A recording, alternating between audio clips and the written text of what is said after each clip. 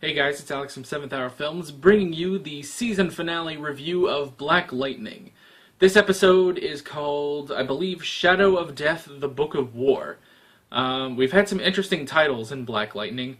If you didn't see my Black Lightning season premiere review, there's probably like an iCard right around here for that.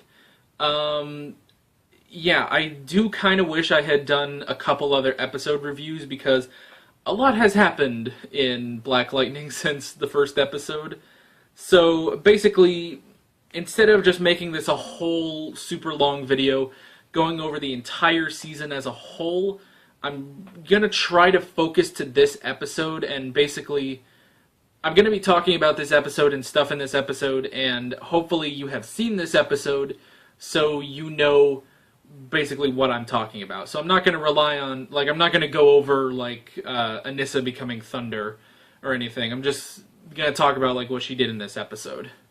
That's a great example because in the beginning of the season, she wasn't Thunder. Now, she's like a major superhero. So yeah. And I don't know why, but again, I feel like putting this on. And I'm probably going to mess with this throughout the video. And I shouldn't, so I won't. Okay, maybe I cut that out. I don't know. Alright. I'm also going to try to keep this shorter than my Legends of Tomorrow review. Last week I did a Legends of Tomorrow review. If you haven't checked that out, that's probably in the iCards up here. And at the end of this video, there will be a playlist for all my Arrowverse videos. That's Supergirl, The Flash, Arrow, Legends of Tomorrow, and I also include Black Lightning in there. Even though technically it's not part of the Arrowverse right now, I'm pretty sure they're gonna cross it over into the Arrowverse at some point. Even, I think the stars of the show have, expressed, they want to be part of the Arrowverse, so, yeah. Sorry, there was something in my mouth. Yeesh. So, yeah. And I'm gonna keep this as a lot shorter than my Legends of Tomorrow video, hopefully. I've got a couple notes here on my card, so we're just going to go over some basic stuff. I'm not going to go beat by beat on what the plot is. I'm just going to go over just specific stuff. Okay, so the first thing I have on here is Jefferson's father. We get some flashbacks to before Alvin was killed and Jefferson got his powers. And the reason I write this down is, in all honesty, it doesn't have a huge effect on the episode, but it's interesting to see these flashbacks because this is totally, if you watch Jefferson's father, you can see how Jefferson is the man he is. He's definitely influenced by his father in a lot of ways. So that was really cool to see. And then they had a scene where older Jefferson, it wasn't just a memory, because Jefferson is knocked out for half the episode almost. Maybe less than half the episode. But, so he's knocked out for the first part of this episode, and eventually, in his mind, he imagines sitting down with his father, and they just kind of talk for a little bit, and, Jefferson says, I miss you, Dad. It's been so long. And his father, I think his name is Alvin, he says, I know, but you can't stay here. You have to go take care of business. And I think Stairway to Heaven is playing, but it's a cover of Stairway to Heaven, I believe. I don't know. It doesn't sound like the Stairway to Heaven I'm used to. Stairway to Heaven. Okay, Stairway to Heaven, originally by Led Zeppelin.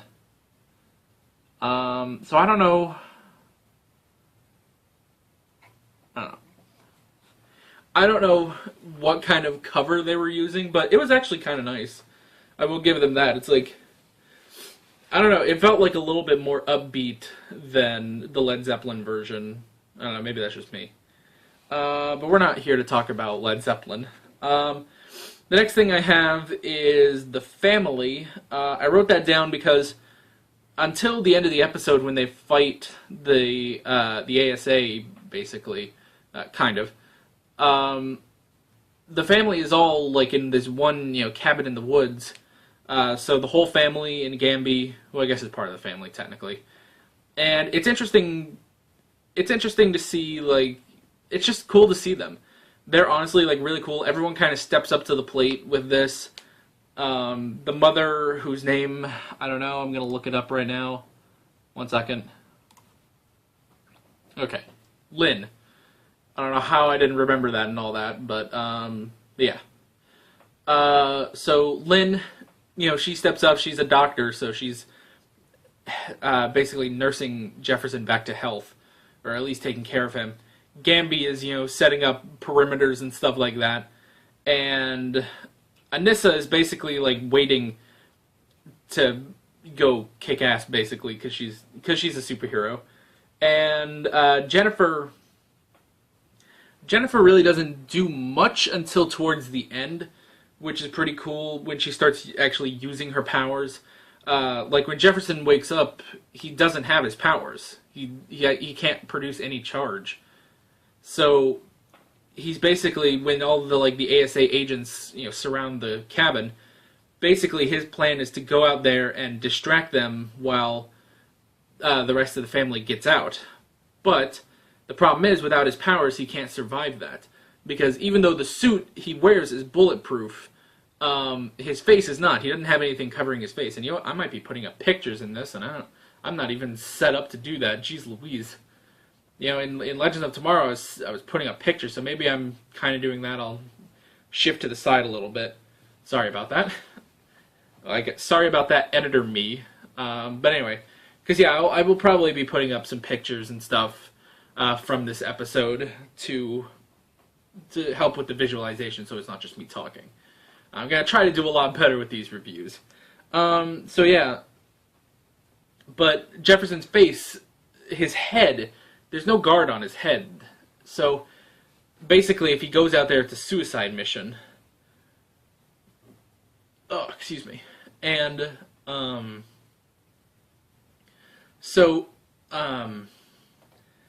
then, Jennifer, basically, she gets, so emotional, her powers start to activate, and she just, flares up in all of this power, goes and hugs Jefferson, and basically just charges him up. And Jefferson gets his powers back. So when they do that, he and Anissa, they go and they kick some ass, and it is awesome. So yeah. So it's awesome to see. It's a great chemistry between the family, and they're all just great people, honestly. The next thing to talk about is kind of, I don't want to say the main villain. We didn't really have a main villain this season, which was weird. And I'll kind of talk about that a little bit later. But one villain that we had for the past maybe 5 or 6 episodes is Proctor.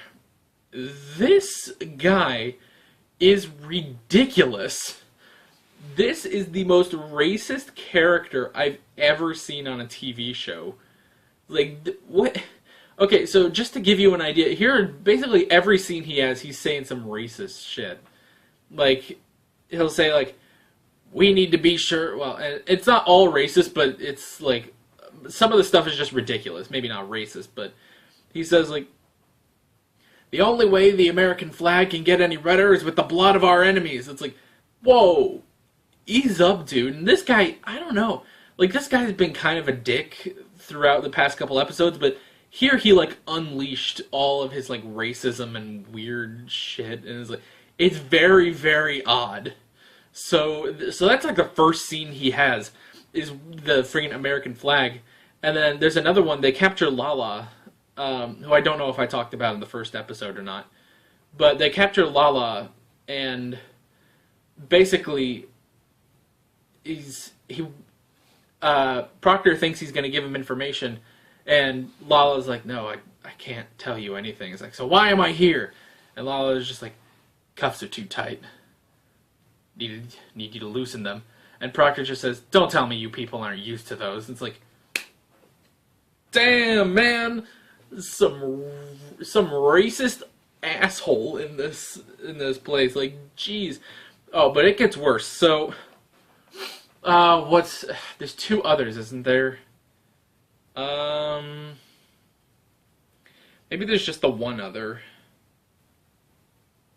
I guess. I don't remember. Yeah, I think there's only one other, now that I'm really thinking about it. So the last scene is when he's confronted by, like, the family.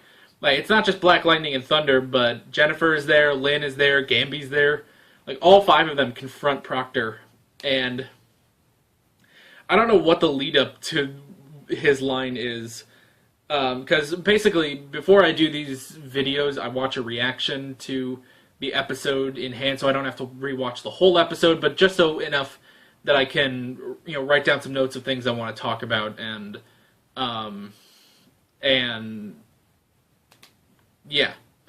get a refresher, basically, on the episode. So I just watched Blind Wave's reaction to the episode. So I didn't catch... They cut out the line just before what he said, but he basically just says, "Thank political correctness, ruining this country." And it's just like, what are you? There's one point he says, "Make America Great Again." It's like, what does that have to do with anything? Anything. It's ridiculous. And then, Gamby says, like, you wanted 30 years ago. You did this experiment in Freeland, which killed a lot of kids. Now you want to do a sequel? And freaking this guy Proctor is just like, they would have ended up on welfare or in prison anyway. And at that point, it's just like, fucking kill this guy, this racist ass white dude. And at that point, Jennifer freaking has had enough of his crap. And she uses her powers. She starts using her powers, like, more and more in this episode, and that's awesome.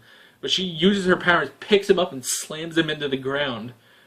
And freaking Jefferson is like, "Jennifer!" And she just kind of flips her hair and is like, "Whatever." It's like, yeah, I'm not ashamed of that.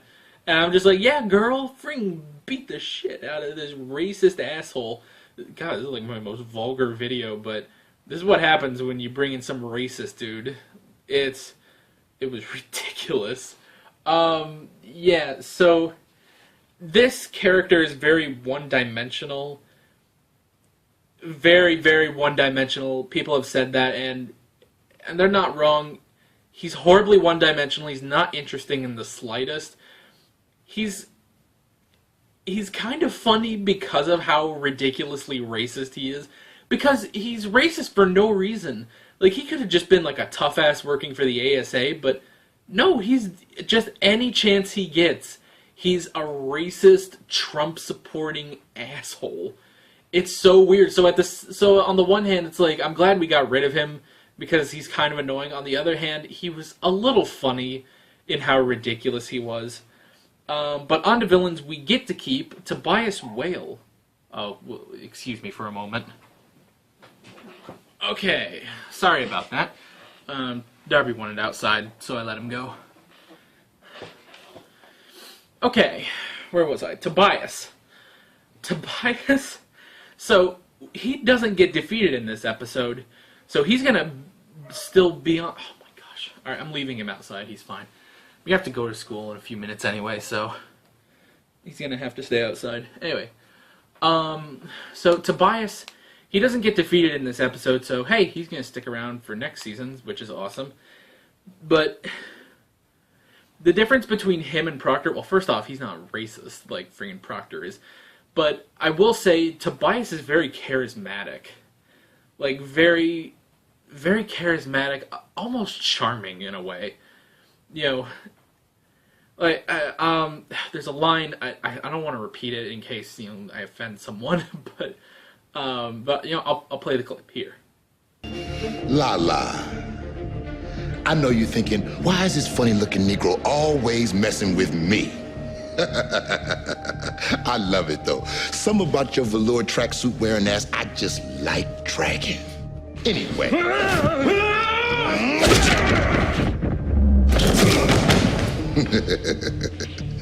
Now that's what they mean when they say leveling up. Okay, that's funny. He's like charismatic, he's charming. He's always got this like big smile on his face. And it's just he's so cool, and I really like him as a villain. And when he needs to be threatening, he's very threatening and imposing. it's not like Fisk where he's A, not charismatic, and B, not physically opposing. Well, I mean, I guess Fisk is, but I don't know. He's not. There's no physical like intimidation presence with Fisk, in my opinion. I know that's an unpopular opinion on Daredevil. I actually don't really care for Daredevil. I've been wanting to do a video about my thoughts on Daredevil, but I just never got around to it. So yeah. Yeah. So where was it? Tobias. He is interesting. He basically is taking sort of the kingpin role like Fisk, but he's just so much more physically intimidating. He's so much more intimidating and there's so much more charisma to him that he's such a better villain, and he's really great, and I'm glad that he's sticking around to season 2 instead of Proctor. And yeah, the last thing I guess I have on here is Lala. Lala's gone through a lot this season. Like, he's died, he came back, he's become Tattoo Man, as Tobias calls him, and it's very strange. I don't know, like, now, at one point, basically, because I told you that Lala is captured by Proctor. I'm sorry, you're going to have to ignore Darby. He's fine. Don't worry about it. But he's captured by Proctor, and basically the reason that he gets captured is so he can pull a dead man cord. And so basically, like, he coughs up this cord out of his mouth, and he yanks it, and he just explodes. So I don't know if that's the end of Lala. I would say not, because they really haven't done anything with him. Like, that could have been anybody, but especially because Tobias said, like, he dropped $1 million on a reanimation program to bring Lala back to life, which is interesting. So yeah, I don't think that's the end of Lala. I think he will be back, and it'll be interesting to see where we go from there with him. And I suppose the last thing I could mention, I didn't write it down, but Khalil. Or Khalil? Khalil? I don't know. There's various ways of pronouncing that. But, yeah, so I'm going to say Khalil. So Khalil, who's basically, I think people have pointed out he's now a supervillain called Painkiller. He's really changed a lot, too. It'll be interesting to see where we go with him. He's working with Tobias. I don't know, maybe he's going to be like a big rival to Jennifer if Jennifer becomes a superhero, but we don't know if Jennifer's going to become a superhero or not. So, yeah, it'll be interesting to see where we go from there. So, overall thoughts on this episode. I thought it was really, really good, and this whole season of Black Lightning has been excellent. There's never been a moment where I was like, well, that doesn't work, or that's bad, or something. Like, maybe the closest thing I would say is probably Proctor, but he's ridiculous enough that it's kind of funny. Like, it's funny how ridiculous and one-dimensional he is. And I'm glad he's gone now, so we don't really have to worry about him. Yeah, so that's basically it. Yeah, I'd say that's pretty much it. Now, the last thing one thing I will say is that, this did not feel like a season finale. Like, this is interesting because this didn't take the general formula of a CW superhero show where there's a big bad and you spend the whole season trying to fight him and at the end you defeat him. That was really not the case with Black Lightning, which was interesting. And yeah, it just did not feel like a season finale. I feel like we need 5 or 6 more episodes about dealing with Tobias. But I guess that's what next season is for, and unfortunately I heard that Black Lightning will not be coming back until 2019, so around the mid-season of all the other shows is when Black Lightning will come back, and yeah. But, now, I don't know if that's necessarily true or not, but no matter when it comes out, I will bring you a season premiere review of Season 2. And maybe we'll do a couple more episodes in between. Yeah, that's basically it. Yeah. I'm Alex from 7th Hour Films, and I will see you guys next time. Take care. Hey Hey guys, if you want to watch more of my videos, I have playlists for my reactions to Doctor Who and my playthrough of The Elder Scrolls II Daggerfall, as well as another video you can check out. Be sure to subscribe if you haven't already, and follow me on Twitter and Instagram. Thanks for watching.